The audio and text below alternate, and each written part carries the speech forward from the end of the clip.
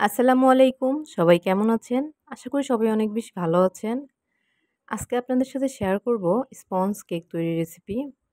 তো সহজ নিয়মে কিভাবে আমি স্পঞ্জ কেক তৈরি করেছি সেটাই আপনাদের সাথে শেয়ার করতেছি। আশা করি আমার ভিডিওটি দেখে আপনারা অনেক বেশি উপকৃত হবেন। তো চলুন দেখে নেই কিভাবে আমি স্পঞ্জ কেক তৈরি করি। তো এখানে আমি ৩টি ডিমের সাদা অংশ নিয়েছি। ডিমটি অবশ্যই রুম টেম্পারেচারে রাখতে হবে। অন্তত ফ্রিজ থেকে ১ ঘন্টা আগে বের করতে হবে। আর কুসুমটা আলাদা করে নেবেন। তারপরে আমি একটা ইলেকট্রিক বিটার দিয়ে এটা অনবরত বিট করে আমি একটা ফোমি ভাব তৈরি করে নিলাম। ফোমটা করার পরে এখানে আমি চিনি অ্যাড করব। 1/3 কাপ চিনি আমি এটা অ্যাড করে এটা আবার করে বিট করব। বিট করলে এই চিনিটা আর ডিমের সাদা অংশটা বিট করার ফলে একটা ফোম হবে।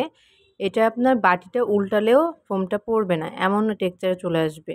তো এরপরে আমি 1/3 কাপ তেল ইউজ করেছি। আর হচ্ছে ৩টে ডিমের যে কুসুমটা রেখেছিলাম সেই কুসুম, একটু সামান্য পরিমাণে লিকুইড মিল্ক আর একটু ভ্যানিলা এসেন্স দিয়ে এটা আবার করে বিট করে নিয়েছি। ভিডিওটি স্কিপ হয়ে গেছে। আর শুকনো উপকরণের মধ্যে আমি আটা নিয়েছি হচ্ছে 1/2 কাপ আর ১ চা চামচ বেকিং পাউডার নিয়েছি। এটা এখন আমি চেলে নেব। চেলে নিয়ে আমি হচ্ছে যে ফর্মিটা করেছিলাম ওইটা আমি হালকা হাতে মিক্সড করে নিয়েছি। মিক্সড করার পরে এটা হচ্ছে ওভেনে ১৬০ ডিগ্রি প্রিহিট করে ৪০ মিনিট বেক করে নিয়েছি ১৬০ ডিগ্রিতেই। তারপরে আমি এটা সম্পূর্ণ ঠান্ডা হওয়ার পরে কেকটা মোল্ড থেকে বের করে নিয়েছি। তারপরে মোল্ড থেকে বের করে নিয়ে আমি এটা যেহেতু একটা বার্থডে কেকের জন্যে বানাবো, সেহেতু আমি এটা লেয়ার বাই কেটে নিয়েছি। আপনারা যদি এভাবে যদি খেতে চান খেতে পারবেন। আর কেউ যদি চান যে আপনারা ক্রিম মিক্সড করে আপনারা ডিজাইন করে খাবেন তাহলে আপনারা সেভাবেই করবেন। আমি এখানে ১ কাপ আপনার ভিভো হুইপ ক্রিম নিয়েছি, নিয়ে এটা বিট করে নিয়েছি। নিয়ে এটা ফোম করে নিয়ে তারপর আমি সিম্পল কিছু ডিজাইন করেছি। তো অনেক সিম্পলভাবে করেছি, জানি না কতটা সুন্দর হয়েছে। কিন্তু কেকটা কিন্তু অসম্ভব মজা হয়েছে, অনেক, অনেক বেশি মজা হয়েছিল কেক।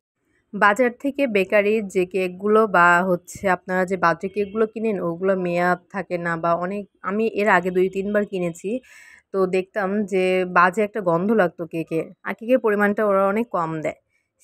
সেক্ষেত্রে আপনারা যদি বাসায় এভাবে অল্প সময়ের মধ্যে যদি এরকম একটা কেক বানিয়ে বাচ্চাদের অন্ততপক্ষে দিতে পারেন, বাচ্চারা কিন্তু অনেক বেশি খুশি হবে, প্লাস ওরা অনেক মজা করে খাবে। আর এটা ক্রিমটা আপনি আপনার ইচ্ছামতো দিতে পারবেন।